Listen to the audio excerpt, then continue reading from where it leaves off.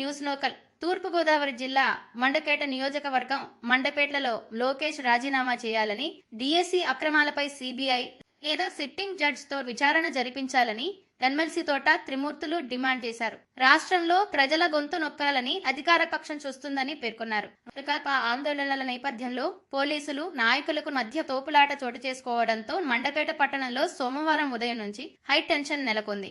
వైకాపా కార్యాలయం నుంచి నడుచుకుంటూ ప్రభుత్వానికి వ్యతిరేకంగా నినాదాలు చేస్తూ ర్యాలీ నిర్వహించారు. స్టేట్ బ్యాంక్ సెంటర్ వద్ద అంబేద్కర్ విగ్రహానికి వినతి పత్రం అందజేశారు. ఈ సందర్భంగా పెద్ద ఎత్తున పోలీసులు మోహరించారు. నిరాహార దీక్షలు, ర్యాలీలు ఏర్పాటు చేస్తే కూటమి ప్రభుత్వ పెద్దలు ఎందుకు భయపడుతున్నారని నిలదీశారు. ఇక్కడ అంబేద్కర్ రాజ్యాంగాన్ని కాదని లోకేష్ రెడ్ బుక్ రాజ్యాంగాన్ని మాత్రమే అమలు చేయడం సిగ్గుచేటన్నారు. జగన్ పిలిపిస్తే రాష్ట్ర వ్యాప్తంగా యువత పెద్ద ఎత్తున తరలి వస్తున్నారన్నారు. ఈ ప్రభుత్వానికి ప్రజలు బుద్ధి చెప్పే రోజు దగ్గరలో ఉందని హెచ్చరించారు. శాంతియుతంగా తాము ర్యాలీ నిర్వహించి తమ నిరసన తెలిపామని పేర్కొన్నారు. కార్యక్రమంలో కారుతో గుద్ది చంపబడ్డ మెడికో ప్రియాంక మృతిని పక్కదారి పట్టించే ప్రయత్నం చేస్తున్నారని, రాష్ట్రంలో క్రైమ్ రేట్ పెరిగిపోతున్నా హోమ్ మినిస్టర్ చూస్తూ ఉంటున్నారని తోట విమర్శించారు. ఈ సందర్భంగా ప్రియాంక ఆత్మకు శాంతి కలగాలని 2 నిమిషాలు మౌనం పాటించారు.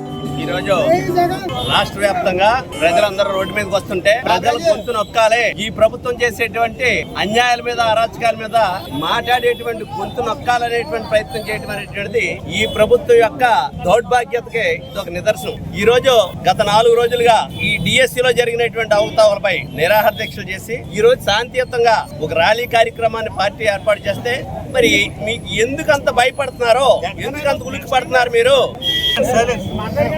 దుర్మార్గమైనటువంటి ఆలోచన చేస్తూ మన ఆంధ్రప్రదేశ్ లో మాత్రం రెడ్ బుక్ రాజ్యాంగమే నడుస్తుంది తప్పితే అంబేద్కర్ రాజ్యాంగాన్ని ఎక్కడ పట్టించుకోవట్లేదు. ప్రతిపక్షాలు గొంతు నొక్కేటువంటి కార్యక్రమం, మీ అన్యాయాల్ని, మీ అరాచకాలని ఎత్తి చూపెడితే వాళ్ళ మీద కేసులు. శాంతియుతంగా మేము ఇవాళ ర్యాలీ చేస్తుంటే హౌస్ అరెస్టులు చేస్తున్నారు. ఇంట్లోంచి ఎవరిని రానివ్వట్లేదు. ప్రజలు కోరుకుంటే, ప్రజలు అనుకుంటే ఈ ప్రభుత్వాలు నిలబడవు. ఎక్కడ పిలిపిచ్చారంటే ప్రభుత్వం చేస్తున్నటువంటి అరాచకాల మీద, ప్రభుత్వం చేస్తున్నటువంటి దౌర్జన్యాల మీద ప్రజలు కథం తొక్కేటువంటి పరిస్థితుల్లో ఉన్నారు.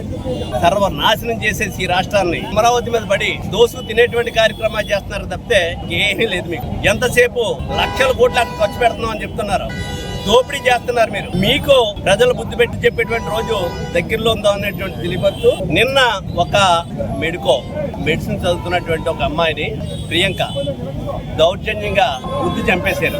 ఆ కేసు నీరు కార్చేద్దాం అనేటువంటి చూశారు. ప్రజల దృష్టికి వచ్చింది, ప్రజల్లో వ్యతిరేకం వస్తుందేమో అనేటువంటి అనుమానం తోటి చంద్రబాబు నాయుడు గారు ఏదో స్టేట్మెంట్ ఇచ్చాడు తప్పితే ఆ కేసుని నీరు కార్చేద్దామని చూశారు. దాంట్లో ఉన్నటువంటి మహిళా హోమ్ మినిస్టర్ గారు మాట్లాడితే చాలా కౌరులు చెప్పేవారు. మరి ఏం చేస్తుంది ఈ ప్రభుత్వం? ఏమనుకుంటున్నారు మీరు?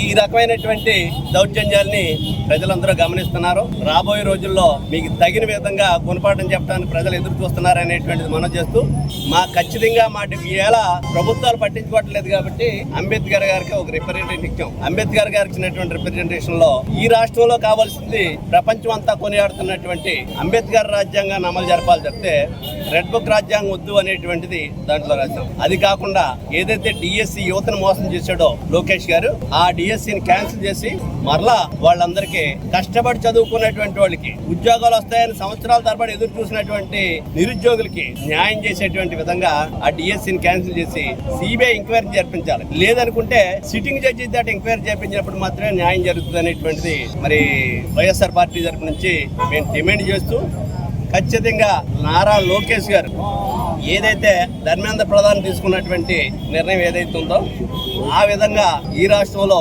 లోకేష్ గారు రాజీనామా చేయాలనేటువంటిది కూడా మేము డిమాండ్ చేస్తాం.